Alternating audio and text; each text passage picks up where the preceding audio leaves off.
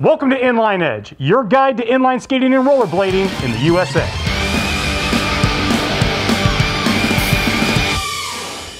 I'm super excited, guys. Today I am on location at the Night Skate Shop, that's Night with a K, in San Bernadino, California, and we are going to be talking with the owner, George. We're going to be talking inlines, boots, frames, wheels, lots of really awesome stuff. Let's get to it. All right, my name's Jorge Gonzales, go by George. You are here in San Bernadino, California at my skate shop called Night Skate. We just opened up in August, actually, so August of 2020. The response has been insane. So, you know, as you can see, we got significant selection now so that people have a shop to come and try stuff on. You know, I think that's something I know that's something I didn't have growing up. And so, you know, I just kind of want to be that resource for the community right here in Southern California. Primarily with FR skates, looking to bring in some other vendors as well. And then with aggressive, primarily razors, I just got in USD.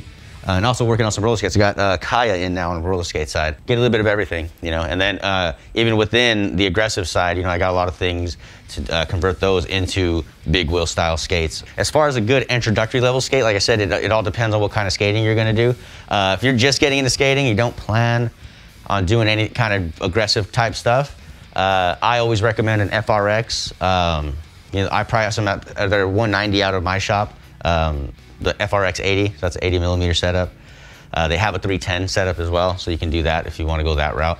You can upgrade it to, you know, an FR3, FR2, FR1, etc. Liners, amazing. Even on the FRX, their introductory liner, amazing liner. So this is FR1. This is one of the higher end ones. There's the FR1 and FR1 Deluxe. This is an FR1. I did put the liner from an FR1 Deluxe into this one. Even the FR1 liner has an additional heel pad in it. I think this one does on Intuition, but similarly on the FR1 liner, I have something like this. So I have one luminous wheel right here on the front. I took for granted how bright these things are. I tried to build this setup specifically to do distance, so I didn't want to put luminous wheels because, especially when you have all of them down, you will feel, you know, when you do, you know, 40 plus miles, like you'll feel that you have, you know, magnets in your skates. A lot of these big wheel UFS frames are, well, this is all relatively new, right? And UFS stands for Universal Frame Mount, Universal Frame System. So that allows you to get any boot, such as this CJ2 Prime, available in size 8, nightskate.com. So it has these two mounts that are universal, right? Hence the name, and it allows you to swap frames out to something like this, just, you know, by swapping out 2 bolts. So this is a good example. This is it's called a Wish frame, O-Y-S-I. I get it. I don't know. Hey. I get it. It's controversial. Gets the people going.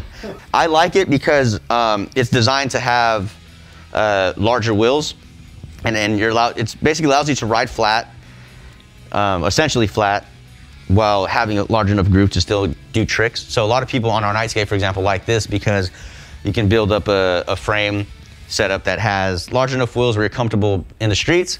And if we're like, oh, there's a ledge, right? You can go and hit the ledge or jump on a rail still, which you can't do with, you know, a lot of the other big wheel setups. A lot of these frames, there's a lot of, so Endless, for example, they've come out with frames that allow you to do like 4-100 and then 3x110 or whatever it is, right?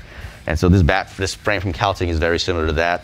It allows you to use up to 4 90 millimeter wheels, or you can do what I've done here and do 3-110. The one piece of equipment that people take for granted or don't realize is extremely important is a good quality wrist guard. It's like a dual purpose, it's like a half slider, half wrist guard kind of deal, right? So like protects your palm, but you can also slide. So I like it for when I'm doing aggressive. And I also just like it for skating around because instinctively, you know, most of us throw our hands down when we're falling. And having something like this is just gonna save your wrist. You know, every Thursday we have a night skate, right? That meets right here outside of the shop. So like go find like more people who are just getting into it and stuff like that. You know, trying to find people doing the kind of skating you're at or where you're at. I think find like your tribe, I guess, is the best way to explain it. There's a lot of Facebook groups. There's one called like Beginner Inline Rollerblading. Like go to that one, just post up where you're at, and I guarantee you people are like, oh, you know, come whatever. Best way to stay updated is gonna be the Instagram, and that's at NightSkateSB with a K, so KNIGHTSB. Yeah, that's gonna be the easiest. You'll see everything, all the inventory I get as it comes in. Any updates on anything, you know, you'll see through the IG first. All right, George, thank you so much. That was really an awesome interview, very insightful. Please be sure to go check out his Instagram. Also, be sure you guys like and subscribe to the channel. We're going to be having many, many more videos here on Inline Edge that will teach you all about the world of inline skating. We'll see you guys next time.